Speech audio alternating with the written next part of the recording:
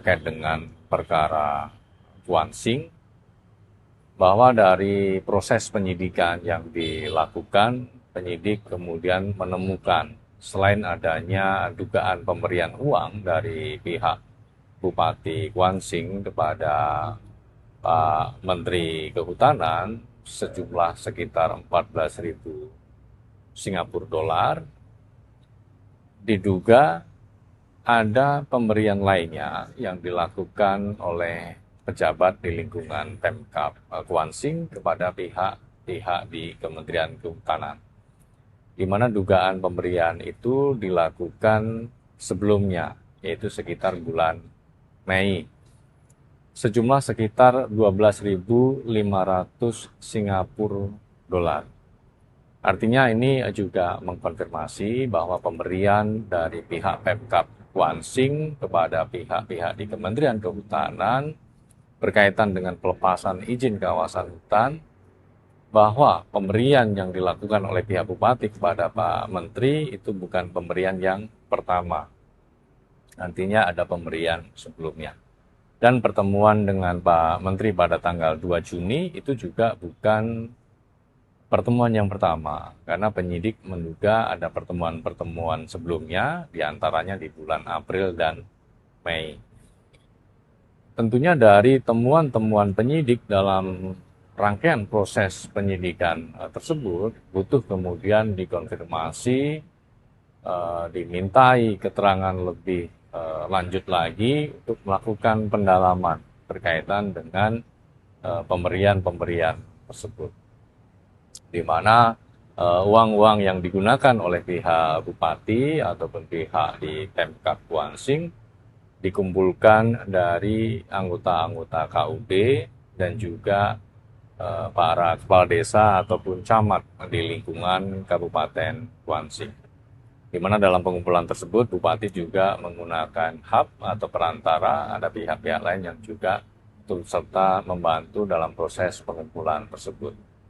Kemudian dari penyidikan yang berjalan sampai dengan saat ini, diduga pengembalian yang dilakukan oleh pihak Kemenhub kepada pihak Pemkab Kuan Sing dari sejumlah 14.000 Singapura dolar yang diduga diberikan pada awal Juni, kemudian dikembalikan. Namun pengembaliannya sampai saat ini masih terus dilakukan pengecekan, karena memang penyidik mendapati bahwa pengembaliannya belum utuh senilai 14.000 Singapura dolar.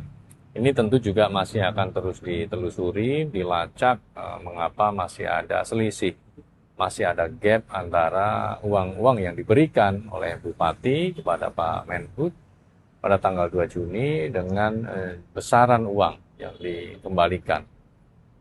Nah, oleh karena itu, dalam proses penyidikannya, beberapa pihak sudah dilakukan pemanggilan, diantaranya asisten Bupati, kemudian yang ketua DPRD, yang sekaligus juga merupakan ketua KUD, di mana kedua pihak ini juga diduga mengetahui, mulai dari proses pengumpulan sampai dengan proses dugaan pemberian kepada pihak Kemenhub dan juga proses pengembalian. Ya, sehingga dari pemeriksaan para saksi dan juga uang-uang yang kemudian dilakukan penyitaan, ini kemudian saling mengkonfirmasi, saling menguatkan dalam proses pembuktian, dalam proses melengkapi alat bukti yang dilakukan oleh penyidik dalam perkara Kuan Sing ini. Pas pemberian pada bulan Mei itu belum dikembalikan artinya, Mas? Informasi yang kami dapatkan dari penyidik, dari pemeriksaan pada sejumlah saksi, bahwa pemberian yang dilakukan pada Mei 2026 belum dilakukan pengembalian. Ya, oleh karena itu terkait dengan dugaan pemberian pada bulan Mei tersebut, penyidik tentu masih akan terus mendalami, mengkonfirmasi kepada pihak-pihak lain, sehingga bukti-bukti menjadi lebih kuat untuk menerangkan berkaitan dengan dugaan pemberian uang tersebut. Kalau pertemuan pada bulan April itu berapa uang yang diterima? Kerjasama ekonomi tetap menjadi pilar utama hubungan bilateral kita. Kami optimis target perdagangan sebesar US dollar 20 miliar pada tahun 2030 dapat dicapai melalui implementasi roadmap kemitraan strategis. Kami juga sepakat memperluas investasi, meningkatkan akses pasar, mempererat kemitraan antar pelaku usaha, antara lain dengan menyelenggarakan Joint Trade Commission yang pertama kali dalam sejarah, sebagai mekanisme untuk membahas peluang bisnis dan mengatasi berbagai hambatan perdagangan. Kita juga sepakat untuk meningkatkan kerjasama di bidang ketahanan pangan, terkait teknologi pertanian, logistik, pengolahan pangan hingga ketahanan rantai pasok. Di bidang energi, kami mendorong penyelenggaraan Indonesia-Thailand Energy Forum untuk penguatan ketahanan energi dan akselerasi transisi menuju energi berkelanjutan melalui kolaborasi pemerintah dan dunia usaha. Di tengah transformasi ekonomi global, Indonesia dan Thailand juga berkomitmen memperkuat kerjasama di bidang ekonomi digital,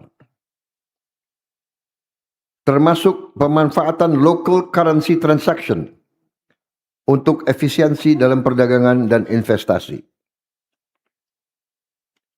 Dengan keunggulan masing-masing di sektor industri halal, Indonesia dan Thailand dapat saling mendukung dalam membangun rantai nilai industri halal regional dan global. Di bidang konektivitas, kami menyambut baik pembukaan rute baru penerbangan langsung Jakarta-Bangkok serta Denpasar Phuket yang diharapkan semakin mempererat hubungan masyarakat kedua negara.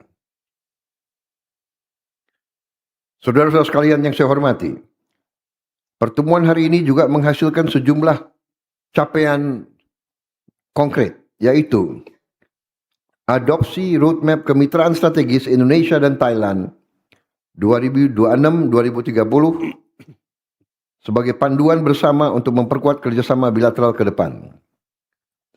Kedua, MOU di bidang pendidikan untuk mempererat kerjasama pengembangan sumber daya manusia kedua negara. Kami juga menyambut baik komitmen kerjasama dan investasi dari sektor swasta, yaitu MOU antara Tourism Authority of Thailand dan Transnusa di bidang pariwisata dan konektivitas. MOU antara BioAxel dan Proconsilium terkait proyek pengolahan sampah organik. Rekan-rekan sekalian, Perdana Menteri Anutin dan saya juga bertukar pandangan mengenai berbagai perkembangan regional dan global. Kami menegaskan kembali pentingnya menjaga persatuan dan sentralitas ASEAN sebagai fondasi perdamaian, stabilitas, dan kemakmuran ASEAN.